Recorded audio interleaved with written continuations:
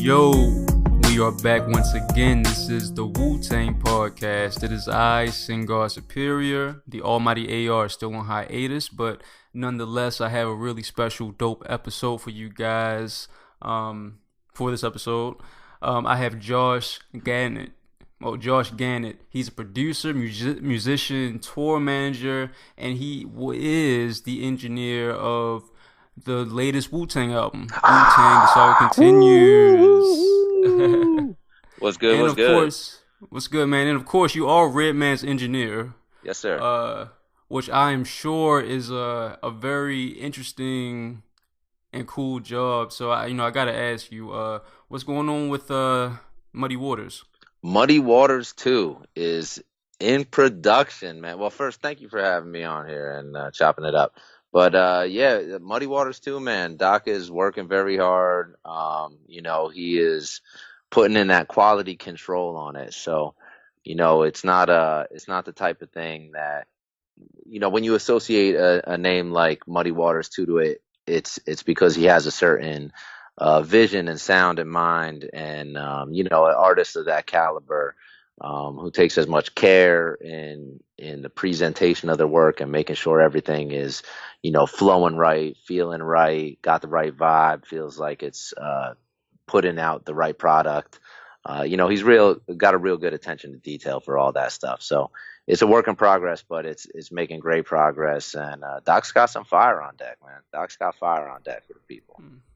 Yeah, man. I can only imagine because, if you ask me, if I had to make like a top 5, most consistent hip hop artist ever, he is number 1 to me. He always comes out with consistent, albums, mixtapes, you name it. Music videos are always dope and creative.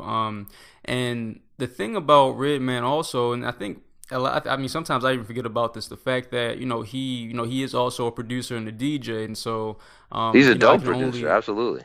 Oh yes, he's a very dope producer, and because I know that he records himself and everything like that. I think you talked about it in an interview a while back, and I recall it was maybe like 3 years ago. He did some interview, I can't remember where, and he just kind of like mentioned just in passing that he records himself at his house or whatever, and people were like shocked and surprised by it, but it's what he does, and so I can, with that, I can totally understand and see like the kind of quality control, and I guess he has this particular vision, especially for a project that has, so much esteem. I guess a series now within the hip hop community. Yeah, and you're right. Like he has that set up at the crib, ready to rock. So, we have his mic set up, we have all his equipment set up, his little booth set up.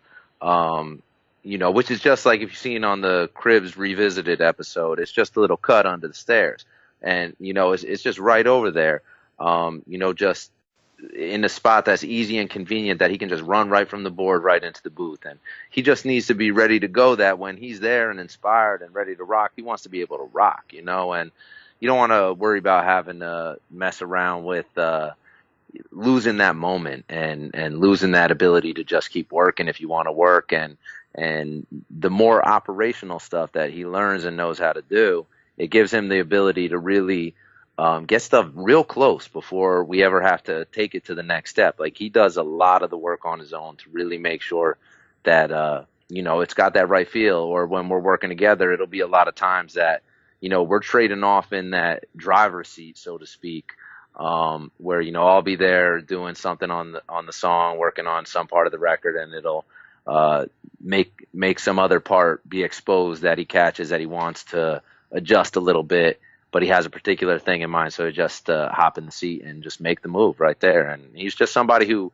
he likes to work. If anybody follows his Instagram, you always see him making the videos talking about work, and that's not for the TV. That's not a character. That's not something that's just a new cool catchphrase for him or something like this. That's this man's life. And, working with somebody like that, it just inspires you to keep putting in that same level of effort and really making sure that you're bringing that top quality with everything you bring to the table. Yeah, and you are also his tour manager too, right? I have worked as his tour manager for a couple particular tours or one-off shows and stuff like that. He has other tour managers that have been with him for a long time, and just depending on the situation, if they may be off with another project or if he has something where it goes out, I'm kind of like a fill-in substitute guy that helps out sometimes as far as that goes. Oh, that's cool. That's cool. Yeah, but being out on the road with Doc is a good time. I've helped out and done other jobs out on tour with him as well, besides just that tour manager thing. But it's always great being out on the road with Doc. It's a fun time. I can imagine. And so you're from Jersey, Yes, sir. right? Jersey. And Jersey. And so, do you have any musicians in your family? My uncle, who I don't ever remember meeting, he passed away when I was very young. Um, but apparently he was a talented musician. Other than that, we don't really have too much of a music background in my family at all now. Well, you wear so many hats, and throughout the music industry and everything. So I can only imagine, if you're around the dinner table, it may be kind of hard to explain to people what you do sometimes. Do you ever get that? Yeah, absolutely. There's always the question of what exactly do you do? Even people that have known me my whole life, like you said, it's I'll usually just explain the mixing, mixing records or working in the studio and that type of stuff. Because the other things that I do, it's a little bit more involved or more to explain. Uh, but like you said, I wear a lot of different hats in the business. I've managed for groups before. I had a band I was managing that I put on the Billboard charts for their blues album, and I had Red featured on that album as well. Um, and I had Red featured on another album with that band as well. And I've done some tour managing with that band. I've done some merchandise for bands. I've done, I come from a history of people in business more than music in my family. And with that said, I try not to look at everything as just just another day in the studio. Everything is an opportunity to really be creative and bring something new to the table that people may enjoy and that might hold some value. And so, whereas music is definitely the vehicle for all that and the focal point of all that, it's still something for me that's just more about being part of that creative process in general, whether it be directly related to the music or not. And the band that you're talking that you just mentioned, that's John Ginty's band, Yep, right? that's the right one. Yep. Yep. And John Ginty did. I'm sorry if I'm slaughtering his name, No, but no, no, that's right. John Ginty. okay. Okay, yeah, and he also did organs for the Wu-Tang album, right? Yeah, he played organ on Pearl Harbor. Yeah, yeah, that's one of my favorite tracks off the Wu-Tang album. That But song is a but beast. That song it is an it absolute beast. Sean Price comes in like an animal on that one. yeah, but before we get into that album, I do want to talk a bit more about you because I mean, you do have this really checkered background because way back when you also had your own rock band too. That's right, man. I see you did your research. Damn, you're digging. You're digging. But I will say actually, there's one person I should definitely credit in my family, musically on her own separate trajectory. My cousin, my little cousin, she started getting into the live event production side of things, and she did a lot of stuff with Superfly, who puts on Bonnaroo, and she was one of the original people involved in helping with the Governor's Ball Music Festival for Founders Entertainment. And so she kind of helped bring me into that side of the world with doing a lot of the festival work that I do, because I do artist relations work for a lot of the music festivals throughout the country. And she introduced me to that whole world. And so through her separate career path, she did that stuff and ended up going out touring with a bunch of great artists. MGMT she worked with. She worked with Eric Clapton. She's worked with Jack Johnson. So she's a badass in her own right.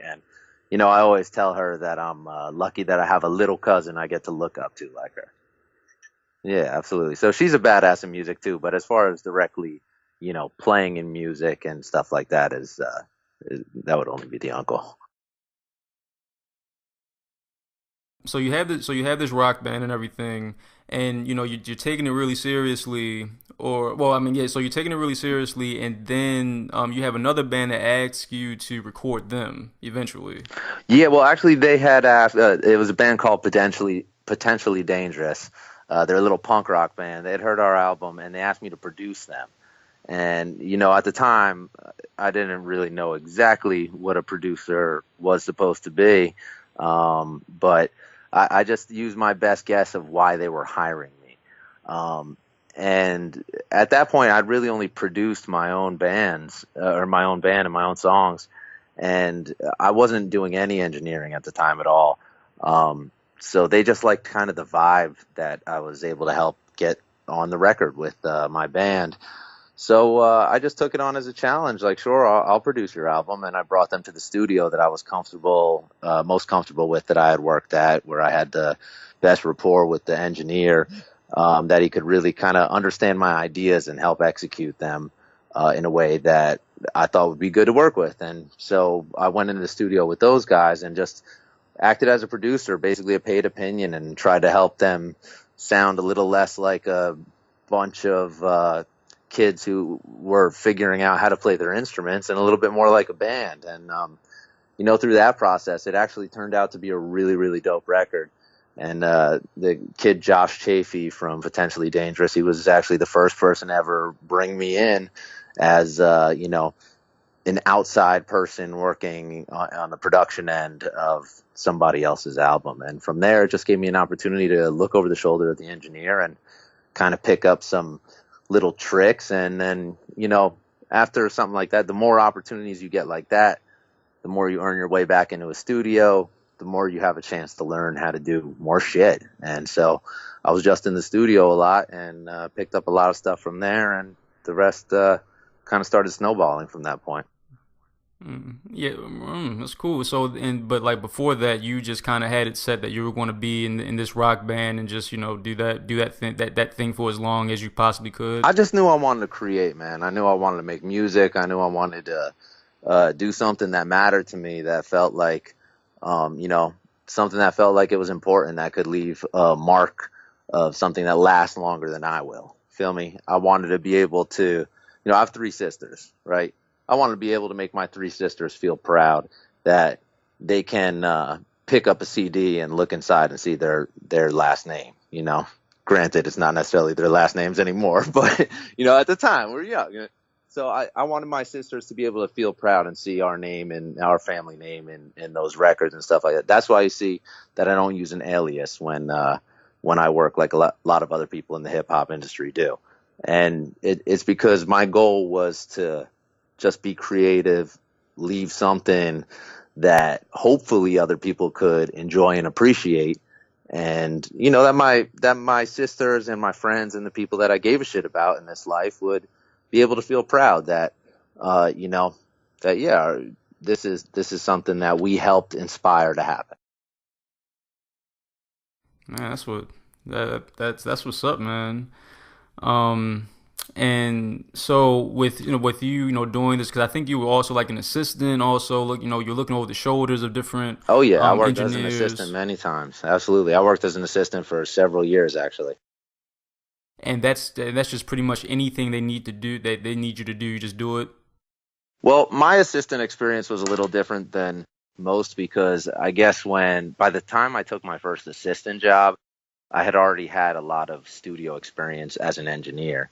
I just wanted to get to a better level, and kind of fast track my growth, I guess, and feel like I was learning quicker and newer techniques. And, after getting to work on one particular album with Ron Nevison, who had produced, for Led Zeppelin and Jefferson Starship and all these great bands and stuff. And, he was one of these guys that was behind like the comeback of a lot of great artists. I'd done a project with him, and just seeing kind of his techniques and the way he worked and stuff like that, it just like made my eyes open up to how working with people at this other level can just expand your creativity and your knowledge in such a fast level, because it can verify your own creativity. Like, that it's okay to think outside the box, that I don't have to do it exactly the way that, you're supposedly supposed to do it, that it's still art, it's, and so after doing that, it just made me want to have more experiences like that. So then I started working as an assistant from there. And as far as all the other stuff, to basically doing everything you need done, like I was always a guy that we had a lot of interns around to do most of that type of stuff. But, beyond that, oh, excuse me. Sorry about that. But yeah, beyond that, when I worked as an assistant, I was basically doing setups, miking you basically do all the operational stuff to get the session set up and going, and everything from actually running the Pro Tools to running the cabling to the mics and setting up the patch bay and getting all the equipment set up and all that stuff. But then the engineer goes in at that point and just makes it easier that he can go in and worry about getting sounds. He doesn't have to worry necessarily about, is I have to go out and put the microphones around the drum set, or are they in the correct place, or anything like that. So, it just has you more keeping sessions moving fast and kind of just managing the day-to-day operation of a studio, depending on the studio you work at. But in my case, that's more what it was like, just an everyday manager and keeping sessions moving.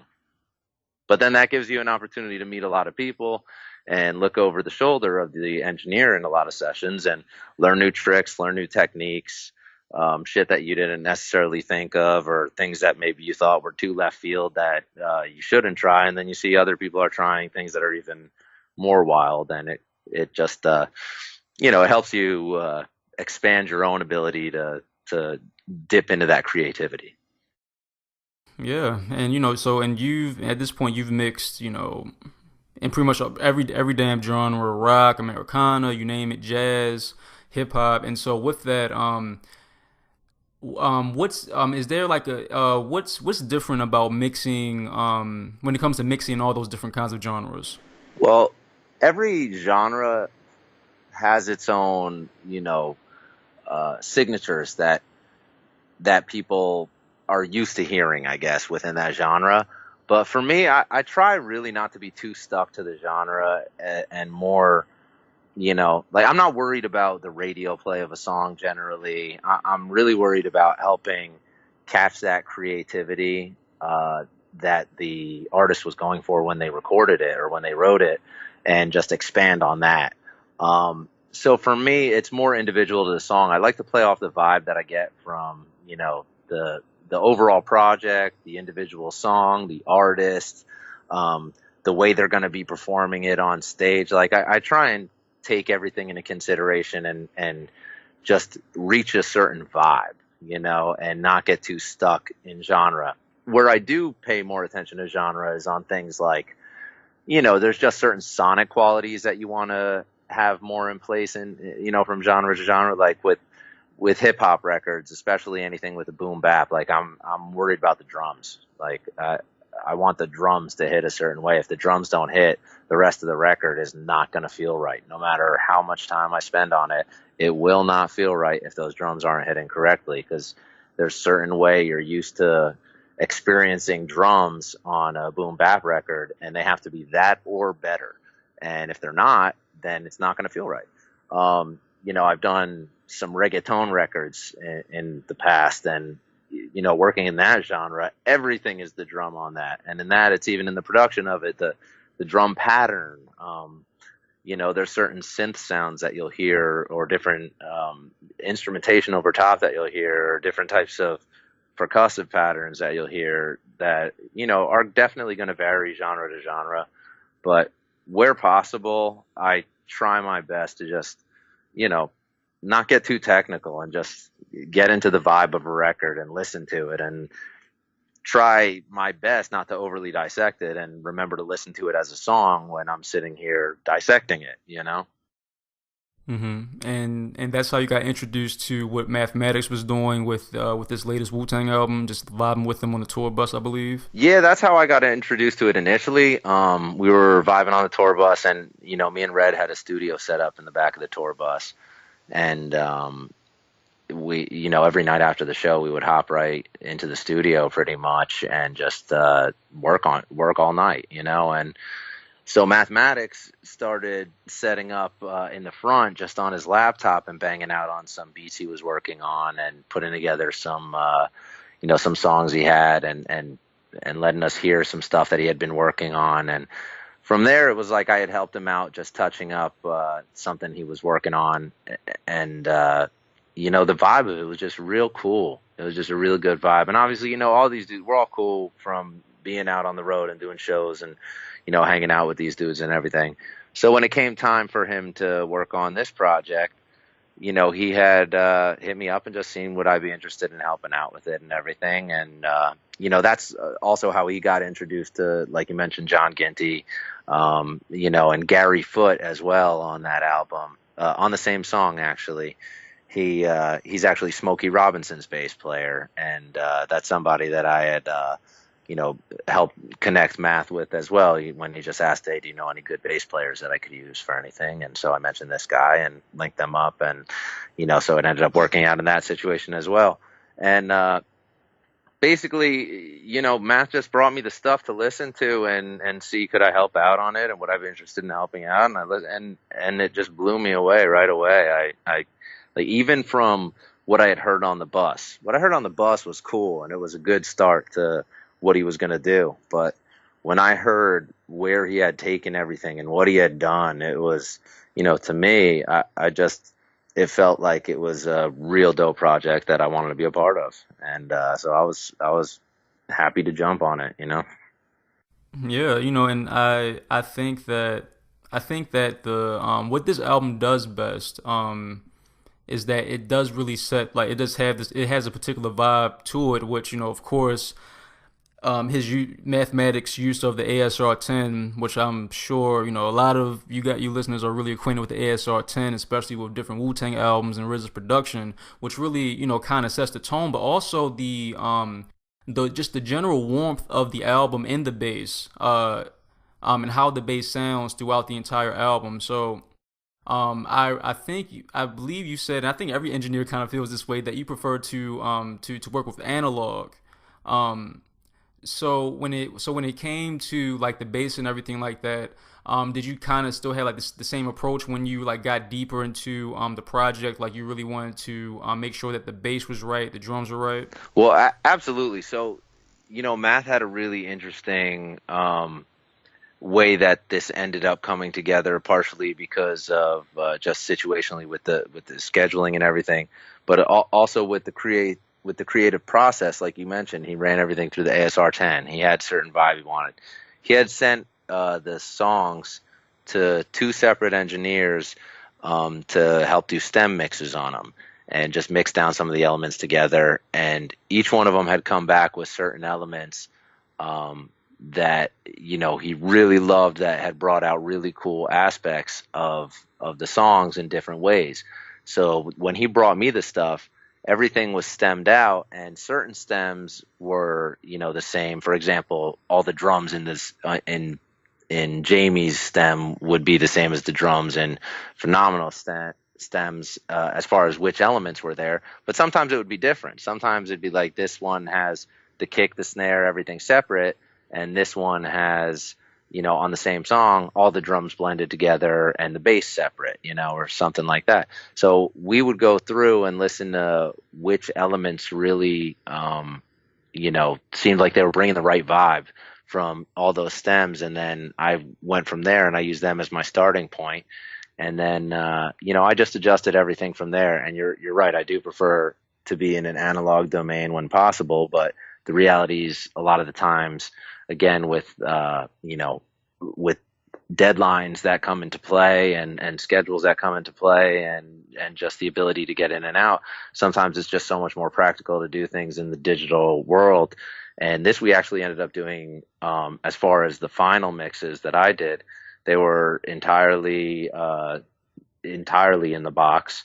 But with that said, everything had already been run through an analog process before that and ran again through an analog process after that. But the mixes that we did were in the box, and we just spent a lot of time, making sure that, like you said, something like the bass is going to be a focal point, especially with somebody like Mathematics, who's, got his ear for a certain vibe that he's got in mind, and he really wants to get a signature sound on this thing that has kind of been established already. It's not like, that's one of the challenges with the album, is that you're not talking about a new group of guys that you've never heard before releasing an album that has a throwback vibe, or a similar to Wu-Tang vibe or something like that. You're talking about Wu-Tang. So there's already a predetermined expectation of a sonic quality. And, with that in mind, it's like we were very tuned into just making sure that those elements hit a particular way, and, that everything just left you feeling a certain way. Again, it goes back to the same thing I said when I mix different genres. It's, it just had to feel a certain way. Definitely my ears and Math's ears come into play with the particulars of how, a certain element may sound. But as far as the actual songs, it's like you just want to be able to sit back and listen to it as a song and hear a certain vibe. And so that's what we tried to do. And there were certain things that we had worked on, and in the last minute, maybe there was something where it's like, what, we do need to make a quick adjustment on this because something's just not feeling right to me. And we would do that, and we would do something, send it right out to mastering. Mike Dean did the mastering on the project. And so everything went right to him from here, and he was on it. There were some nights where we were trying to make changes. Right up till the last minute, there was a couple of things that just needed to be adjusted. And, Mathematics came down. We adjusted the mixes, and we sent them right away over to Mike Dean, and Mike Dean took them and did his work on them, and just sent them right back. And, just that fast. Where sometimes Math had the song go from being stems to being mixed, mastered, and ready to go by the end of the night. Bitch! Hey, what's up, people? This is Issa from the Young Free and Coupled podcast. Isn't it amazing how Wu-Tang can bring people together from all around the world? If we want to keep this going, this podcast is a great way. Guys, I want you to rate, review, comment, and subscribe, okay? Also, check them out on Twitter, Facebook, and YouTube. Bang. Load up. Now, Mathematics, since him and RZA have been doing this this press run and everything, he keeps mentioning that when he was preparing the album, working on the beats and everything, that he only listened to 36 Chambers in the Chronic 2001. So when you began working with the project, did you ever go to any particular Wu-Tang albums or anything like that, just to try to get like a particular kind of vibe, or you just went strictly off of what Mathematics talked to you about? Funny enough, I didn't really listen back to anything in particular to put myself in the vibe. I stay relatively busy working in hip hop with these type of artists and stuff, and so I listen to this stuff on a relatively regular basis. Still, I'll still be in my car riding and throw on Doc's the Name or Tikal or whatever. I still listen to these albums that these guys put out that I came up on, and I'm also somebody who graduated high school in 1999. These dudes were rocking heavy when I was in high school, and I'm from Jersey, like I said. So these dudes, we would hear these guys all the time.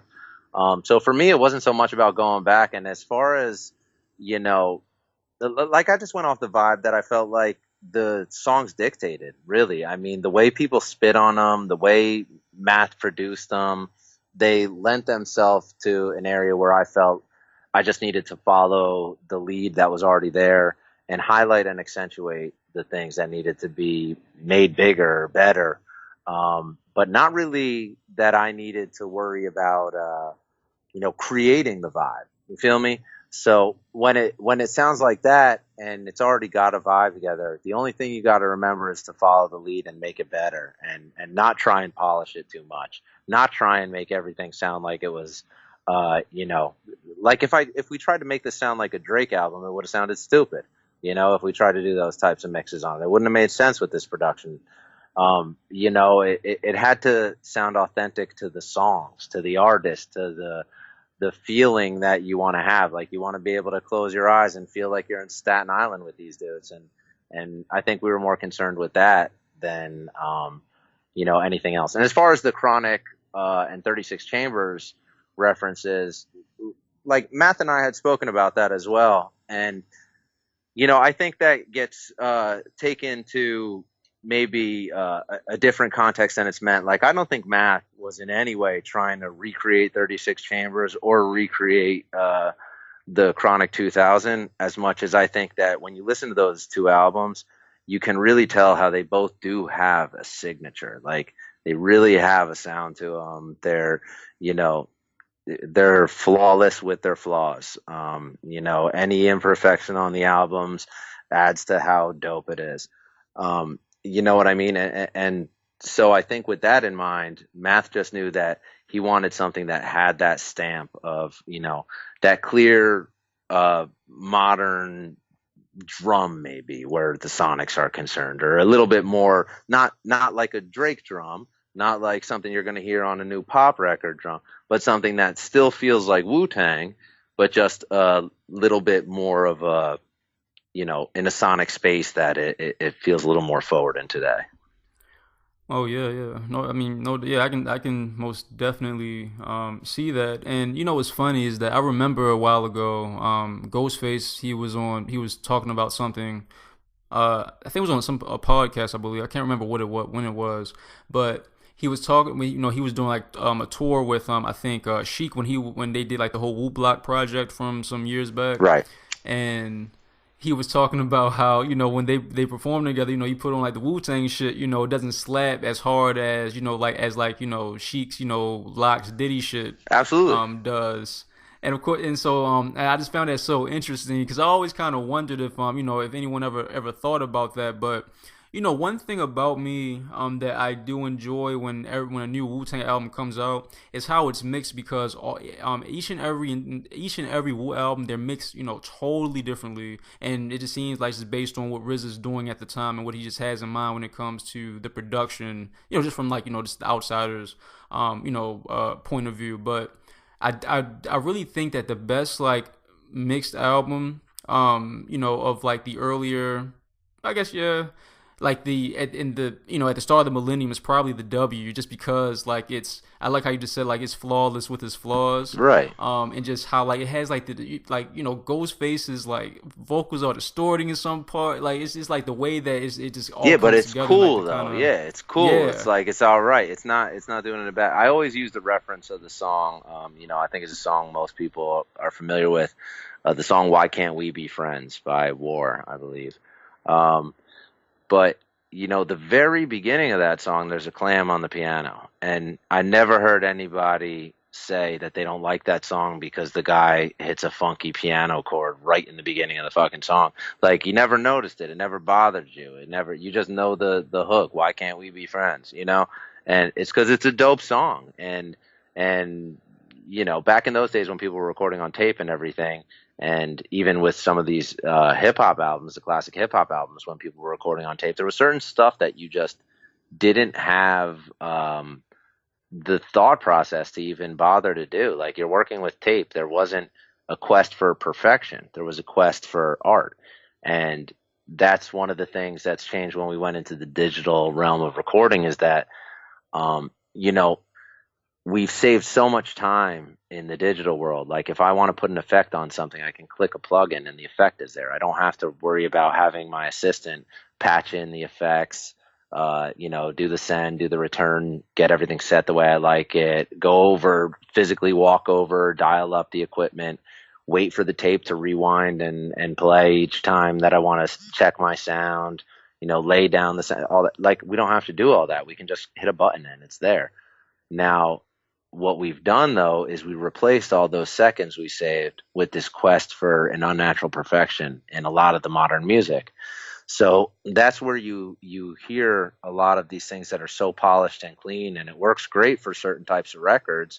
But I think for something like this, it would be, a disservice to the album. Like you don't want to clean it up. In some ways, it's like it's like an antique. You don't want to clean up an antique. You want to leave its natural aged look to it because it adds to the value. It makes it cooler. It's part of the thing.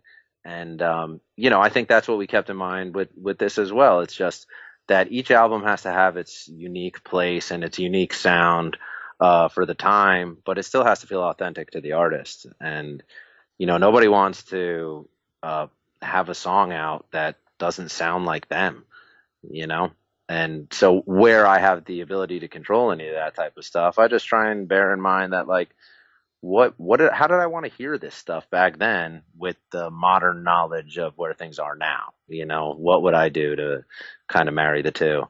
And, you mentioned with the live stuff as well, not slapping the same way. That's interesting that you bring that up. That's actually something that we put some time into as well, and helping Mathematics update some of those things, and add some new life to some of those classic tracks to help them just slap a little harder when they do some of those live shows. Oh, really? So how do you go about doing something like that? Mathematics went ahead and added what he wanted to add as far as certain beefiness to some maybe drum elements or different things here and there to their show tracks, and then he passed them along to me and had me just throw a mix and master on each of those.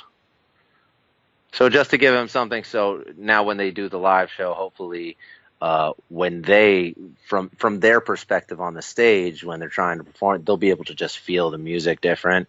I think that's what ends up happening where you talk about the live stuff not slapping as hard, is when you're used to the modern way that things sound now, you feel a lot of that if you're standing on the stage, especially at one of these big venues or a big festival or something like that. You feel all that low end coming through the stage, and it really, you're playing a lot to that beat.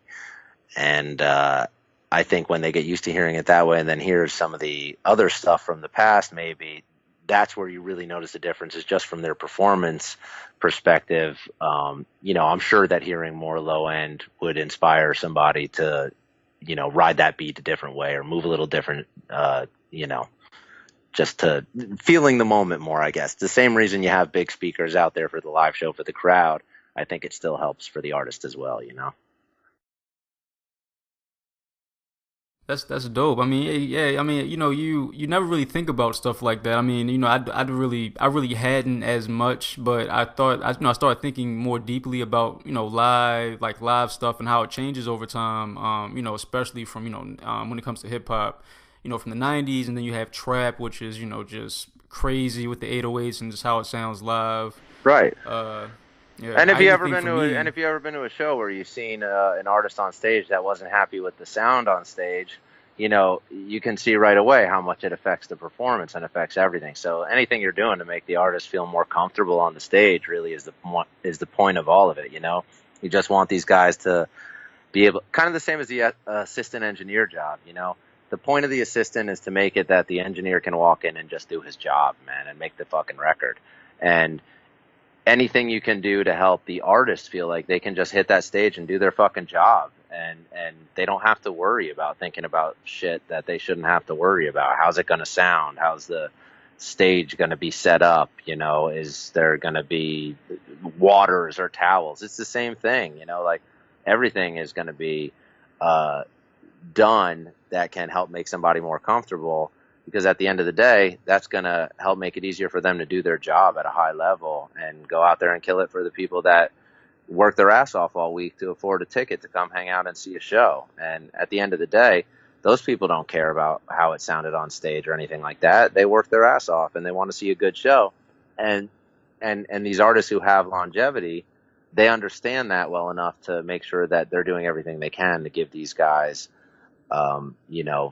the feeling that they spent their money well on their entertainment budget, that they invested it into coming out and seeing them instead of doing something else, sticking with this Wu-Tang mixes for a bit longer.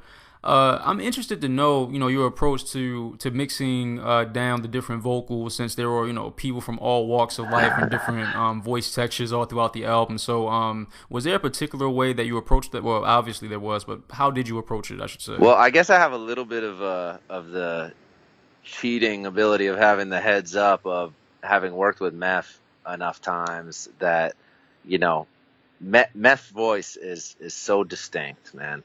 And, everybody, that's whether he's your favorite lyricist or not from the Wu, he's always somebody that when he comes on a track, Meth is coming on the track. Like, it sounds like Meth.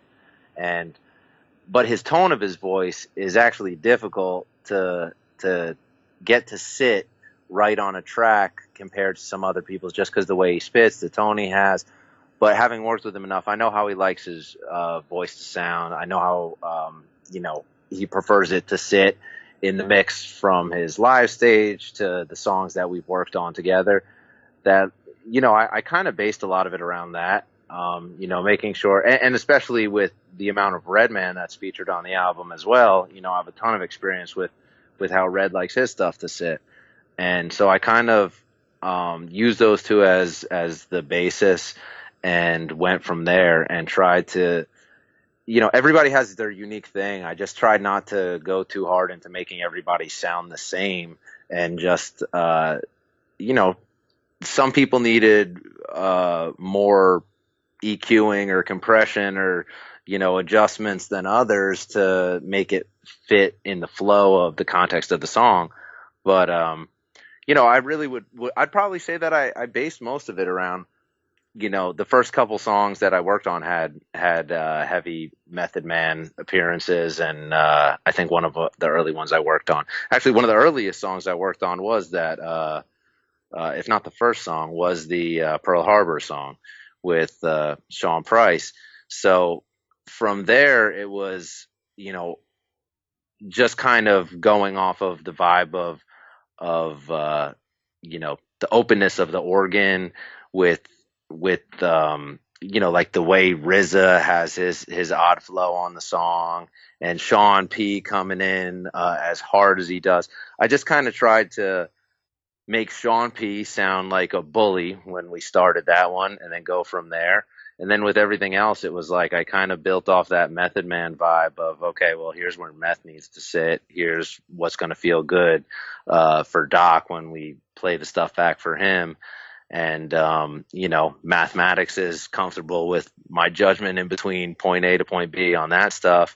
And so then I just kind of based the rest of it just to make sure that it, had some level of flow from there. But at the same time, man, there's also certain parts of a song where, there's something that maybe is a little lower than some of the other guys. And in some ways where it just, the way the lyrical content of that verse maybe just felt like it felt cooler, a little quieter. And when we put it up, it just, for some reason, it just didn't feel as cool. So we edged it back a little bit, or where somebody's verse sounds like it may be a little bit hotter than the other people's in level. We just went off the vibe of what felt cool.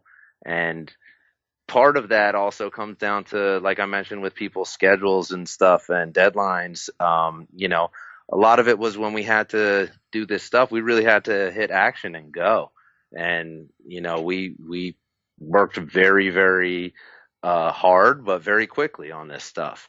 And, in the sense of, we didn't have months and months to go back and forth and make adjustments on every mix, for weeks at a time. So there's some stuff that if I listen back to the album right now, there's some stuff where I'd still think like, man, it would have been cool if we did this here or that there. Maybe this would have made it a little better. But at the end of the day, all that stuff might have changed the vibe. And it's like, an album is a time capsule.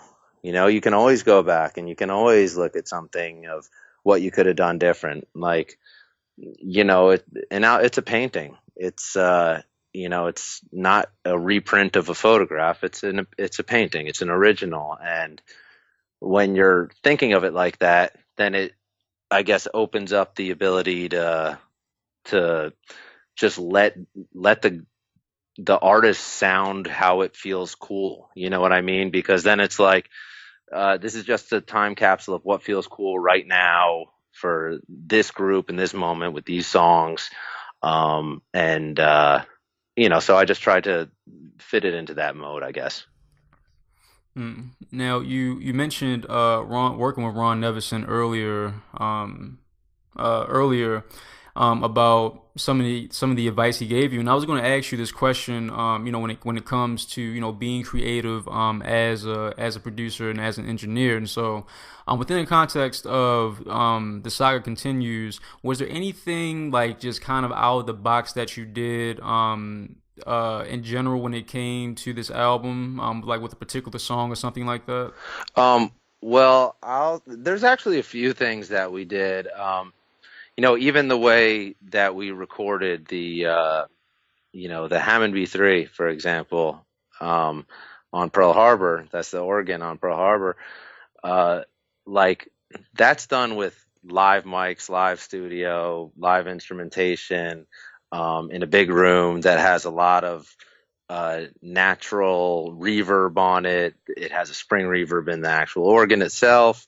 And it was done in one particular studio that had, that we were all set up and working on some organ tracks at the time, and kind of just hit go on that stuff. So it had a sound that was initially going to be dialed up for something else I was going to be recording that night, and then we ended up just kind of tweaking it to what felt cool to that song. And if I'm not mistaken, when we tracked that, we had the basic tracking of the instrumentation, aside from the organ, playing through a monitor speaker live in the room. So it just gave a different vibe that he could play to, as opposed to being stuck inside just stuck inside the box or in the headphones.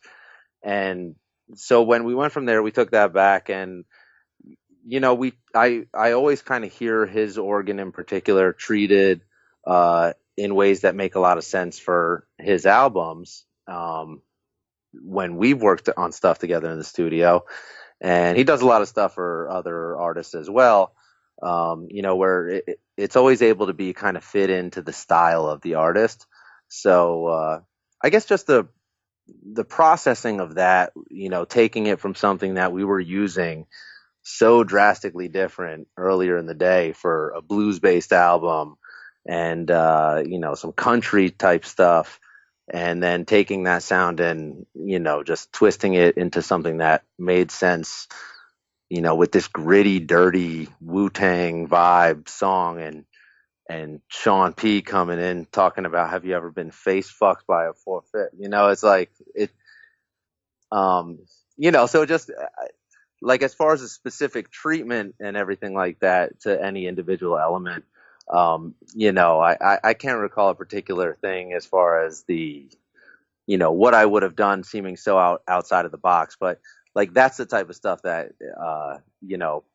catches my attention more, is like taking something that I've heard used just so differently, and then just making it work within the context of this particular record, Like I'm just so fascinated about like the entire world of just like just live mixing and stuff like that, and just how you guys just work day in and day out, and I mean in these different studios and everything like that. Yeah, you'll have to forgive me. Part of that helps a lot of this stuff blur together from session to session. Obviously you have experience with Method Man, mixing him. I think you just recently worked with Inspectah Deck, right? Yeah, I've actually been doing a bunch of stuff lately with Inspectah Deck. He's got some great material coming out too. The thing that always amazes me, which I always bring up, is how talented these dudes still are with their pens. And I don't just mean Wu in particular. I just mean these artists that we came up listening to. They have that same. A lot of them have that same creative drive, and they exercise their mind and their pen, and they do the work, and they still say things on such interesting levels, like Method Man on Fly Navigation, Time is Money record, he has a line where he's talking about between the tray and the doughboy, we bred different. That just, to me, it just explains how great these dudes still are. When you break it down to the movie references, to the just, to the baking references, to whatever. Like, there's little bars like that can be taken 2-3 different ways, all throughout this album, and other projects that these dudes are putting out. And yeah, but Deck has a lot of that stuff coming too from the stuff that I've worked on with him, that I've heard. Cool. Yeah, I mean, Deck, he's been on a tear right now with these Czarface projects he's been coming out with. Right. Yeah. Actually, yeah, I think a bit different, but within like the same kind of I guess wheelhouse as the saga continues, most definitely. I guess in closing, so what are some of what are your top 3 favorite songs off of the saga continues? Ooh, man, putting me on the spot. That's a tough one. I mean, I guess I would have to kind of say Pearl Harbor has got to be one of them, because I was a big Sean P fan, and when I first heard his bars on this record, it was before he passed. That was the first time I touched that particular record, and I had mentioned to Mathematics at the time how grateful I was to him to have me work on that. Like, I've spoken with Rock several times about trying to do something together with him, and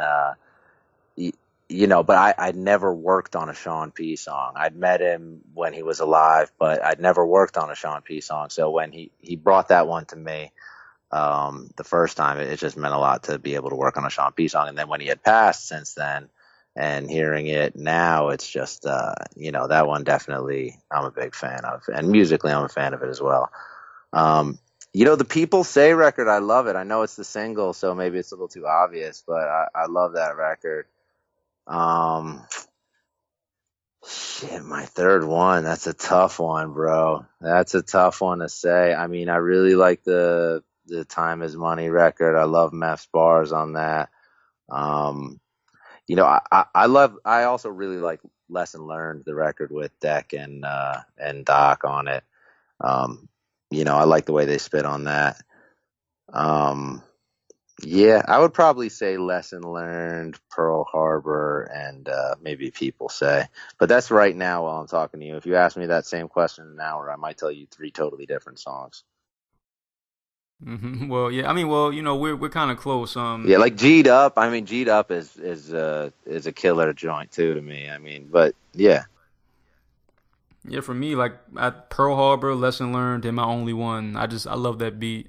Yeah, and that's the great thing to me about these types of records too, is that, like, they're debated, and there's people you hear say that a song like My Only One shouldn't be on a Wu-Tang album, or it doesn't sound like it. And then there's other people that you'll talk to that's their favorite song on the album, and they think it's it's everything that they were hoping they would hear on a new album from dudes like this. So it's that's the cool thing about this particular album to me, is when I hear the response and see some of the feedback and everything. And I'm not one of these people who I know you're never supposed to read your own press, but I read the comments. I look at stuff. I'm not scared to see what people are saying. And I actually have really enjoyed that on this one, that when you go through everyone saying from the most positive to the most negative comment about the album, it's a lot of it'll be about the same thing highlighted, where it's inspiring a certain level of debate, and the overall response that I've seen has been extremely positive. And it seems like a record that, like I said, if you take the Wu-Tang name off of it, and you forget about how much history you have with any of the individual artists in your music listening, and you just sit back and listen to it as an album, to me, it just feels like a dope album that I would want to play again, and I think that's the overall vibe that I've seen people get from the response, Yeah, I was a bit taken aback by the response. Even with me, like people were emailing me, hit me up, asking me like what some of the listeners of the podcast asked me what I thought about it, and it took me a while to because I had a mother, my mother was in town and everything like that. So and then Master Killer's album came out, so it was just too much going Right. on. Um, this does kind of seem like one of those albums, like people like really love it or they just really hate it. It doesn't seem like there's like that much like that. This like there really isn't much of a middle ground. But Right, and you this know is what? one That's okay question. because if you're an artist, the last thing you're trying to be is wallpaper, man. Like you're trying to inspire a response. You're not trying to be,